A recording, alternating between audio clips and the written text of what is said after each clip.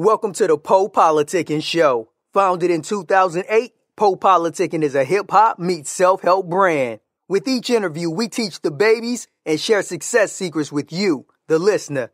Past guests of the PoPolitickin show include Yo Gotti, Currency, MC Light, BG, Dead Prez, Rashida, Project Pat, and more. We also showcase the future upcoming stars of hip-hop. Subscribe on iTunes and get automatic updates of each podcast episode. PoPolitickin.com. What's going on? This is Antwan Shepherd and we're on PoPolitickin. Go check me out. Antwan Shepherd on SoundCloud.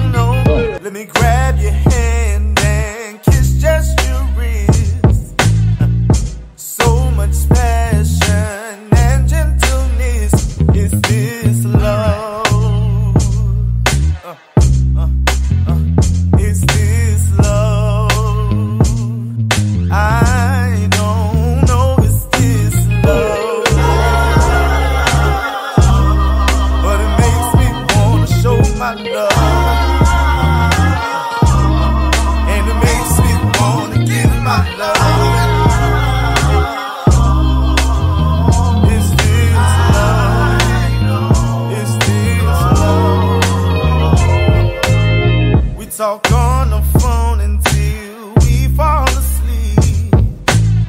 I greet you with hugs and my knees get weak. Is this love? Is this love? I don't know. We lay on the couch and we watch TV. I play in your hair, girl, so gently. Is this love?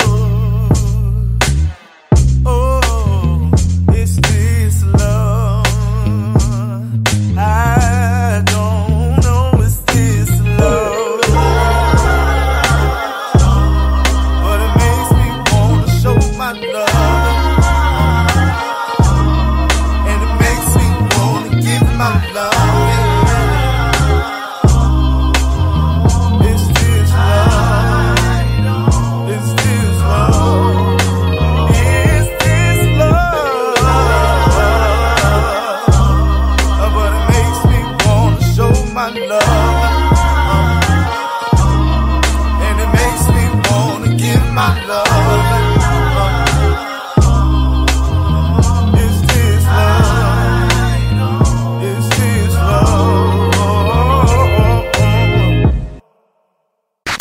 PoPolitickin.com. Welcome back to PoPolitickin.com, your home for self-help meets hip-hop. Make sure you subscribe to our podcast, like, share, and comment to this interview. I'm now politicking my homie Antwan Shepherd. How you doing, bro? Pretty good, man. How you doing, bro? I'm wonderful, man. So talk about where your hometown is. Where you from? Well, I'm from Columbia, South Carolina, man, the metropolitan area. All right, so let us know some things about South Carolina, Columbia. Oh, I'm from downtown, man. I was born and raised out in Saxon Holmes. The one thing I really appreciated out there, it was pretty much the sound, man, how there's a strong like wave of like a quartet and a Negro spiritual kind of thing mixed together. And that's mainly what I've been doing pretty much the whole time, man. Just been singing and all that kind of stuff, and the different people that I was listening to and performing with while I was out there. Yeah, who are some artists that came from South Carolina? My main people that I've ever been around, like without there, I have my cousin, John Lakin, that's really doing pretty good. My other cousin, Roy Latson, that's doing pretty good in the quartet field. there's a lot of good singers and stuff that's out there, but not too many people that's being released. So I'm really just hoping that like sometimes somebody will be able to hear all of the actual talent that's out there and all the people that's coming out of that area. All right. Speaking of talent, talk about your background. Let us know how long you've been in music. What kind of inspired you to do this as a career? As far as music, man, I started singing when at the age of 2. Just it was kind of accidental, I guess. Just listening to my moms and them doing that kind of thing. So they would kind of have me in front of everybody, like marching down the aisle, and people like sneaking money and candy in my pockets and whatnot, having me marching down and singing and stuff like that. So I've been pretty much doing it pretty much almost my whole life as far as singing. I started off mainly like doing little stuff like that in the church and different state choirs and stuff like that. Yeah, and who are some of your influences? For real, man, most of the people were just the people in the local area. I had my cousin Pop Smith. He was an organist, rest in peace, out in Hopkins, South Carolina, because that's where a lot of my father's side of the family, where a lot of people did a lot of the music. As far as on piano and stuff, there was this guy Eddie Peoples that I really always liked to study up under and kind of listen to what he was doing, and Tory Brown also on the keyboard. And as far as influences, that and like listening to my mom's sing, because my mother was also a singer, so like listening to her. But there wasn't really too many during that time like main artists that I listened to a whole lot, which is pretty much what I heard around the house and around my family members. So who's on your playlist right now? Who you're listening to? Man, there's a lot of dope artists that's out right now, man.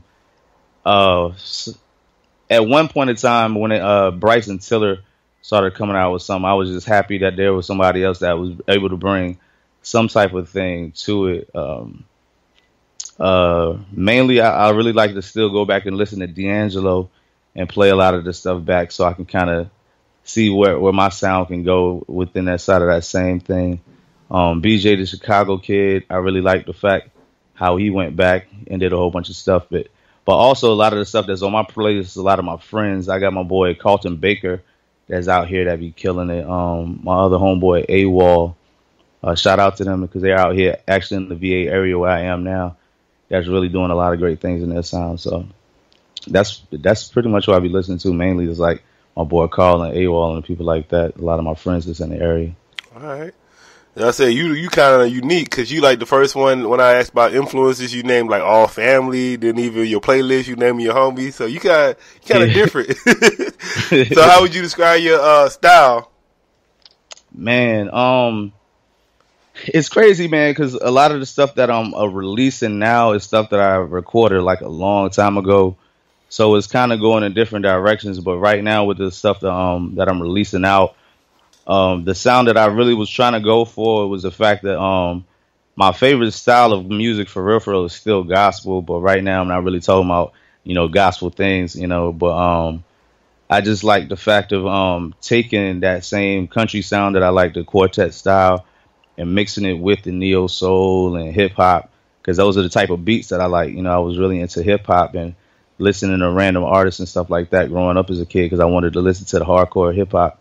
So I still like those beats, but I wanted to be able to take those beats and put some soul to it, Yeah, so I say, speaking of gospel music, I was actually just now, right before I called you, I was listening to this thing on Instagram, and I think that's the kind of problem. Like they kind of separate like sexuality with spirituality, like that's a problem. But you won't be here without love, so you know what I'm saying. Yeah. So I don't, you know what I'm saying. I don't know why, like how you were saying, like they kind of be like, oh, you can't sing about that. Like it's love. That's how we get here. Yeah. Like you won't be here without no love.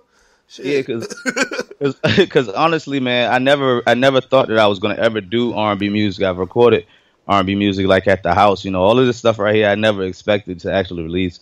I wanted to be a gospel artist. I just, I was working full time. I've been playing keyboard full time and working in music like in churches for like the past 15 years, but I've been doing it like the past 10 years just for full time, so I've kind of stopped doing that a little bit. But my whole thing was like I all of a sudden felt like I started getting messages about love and wanting to talk to people about that because of relationship problems people got, because of the way that how dudes really want to express themselves and how they feel, but don't want to feel no type of way. Because like with the project, it's going to be completely released in a while. but I'm just going down the process of what a relationship and all that kind of stuff is, just to be able to let everybody have a way to express it, Yeah, because they were saying they were saying it's more like America. Like other countries don't suppress like sex as much as us, but like we suppress it, but then we got this big old porn industry because we're suppressing it so much, Yeah. All right, so who do you make your music for? I'm trying to get, I would say everyone, man. Everyone who likes a good vibe. Most of the stuff that I'm creating now and releasing, is I think of for the, who want to ride in the car and just chill and vibe out to something.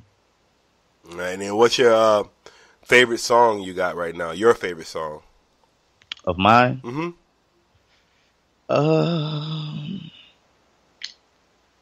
I would say,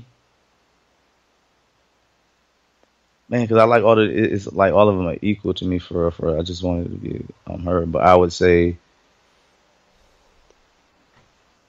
Is This Love? Then what's the favorite line from that song?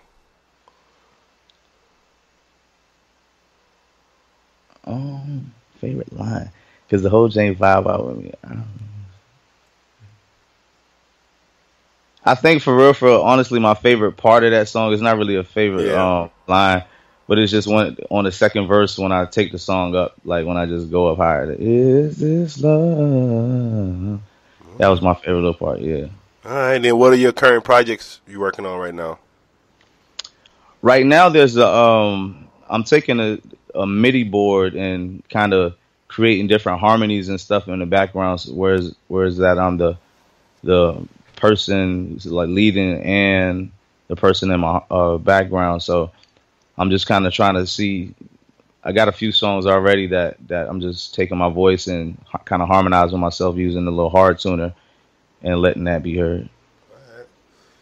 And then what is the average day for you right now? Like what's some of your daily habits and interests and rituals? I mean, daily habits and rituals. My bad. Man, I pretty much sit in the house and practice all day, man. Like whenever I don't have too much to do, because right now I kind of took a break off of like working anywhere, so I've been just kind of grinding out, just doing different gigs and stuff. So I just wake up in the morning, do like little prayers or whatnot, man, and then get on the keyboard, practice for a little bit, go on a different beat making programs and stuff like that. See if I can come up with a beat or listen through some stuff for people, and do that until it's almost about time to go watch TV and come back and do it again. And what are some of your interesting hobbies outside of music? I like going to Top Golf. What's that? What's that? Like a shooting range? Like a it's range? a shooting range. Yeah, it's a shooting range for golfing and stuff. Oh, how you shoot, man? You good or what? Yeah, I done got pretty good. Old Tiger or new Tiger? Who? You like old Tiger Woods or like the new Tiger Woods? I think the one day when he was good and I could brag on him all the time. You know what I'm saying? You remember? Because I remember them times when, we had Tiger out there. You know what I'm saying? So everybody was. So I appreciate that. Yeah, we need Tiger to come back, man. Hopefully he bounce back, man. It ain't look like it might be it for him, man. He ain't won one in a couple of years now. All right, and then where do you see yourself 5 years from now? Man, 5 years from now, I see myself releasing a second project and having a platform for me and my friends to be able to travel and do some music, man. And I would say, that's about it. Then what is your favorite book? The Bible. What is your favorite book in the Bible? I would say Psalms. Why Psalms? Because it kind of helps me see how somebody was actually expressing themselves. Like when David was going through a lot of the trying times and stuff like that, within those prayers and within those songs and stuff like that, it was like poetry also. So it also gives you inspirations on how to put words and stuff together. All right, then what's your thought on the law of attraction? Law of attraction, man. I actually think that's a very powerful thing, man. Learning how to put positivity to things and speaking things out and watch as it comes back to you and stuff like that. Just knowing that, if you are negative, how that things just start to draw to you. So I'm trying my best to live even within those laws, man, with like positive thinking and stuff like that, and affirmations, and making sure that you're creating your environment by speaking it out and speaking life into others, and teaching people how to speak life back into you so that we can all have power and work together and stuff like that. So I really think that's dope. All right. And what advice would you give to new artists? Man, learn what to do with your music, man. That was, for me, that's the hardest thing still. Just knowing exactly where to find your audience, and learning how to be able to be close enough into the network of the industry that you'll know the people to create a family with, and to go out here and make sure that your music is getting heard, and learn the different platforms. So what are some things they can do to learn more?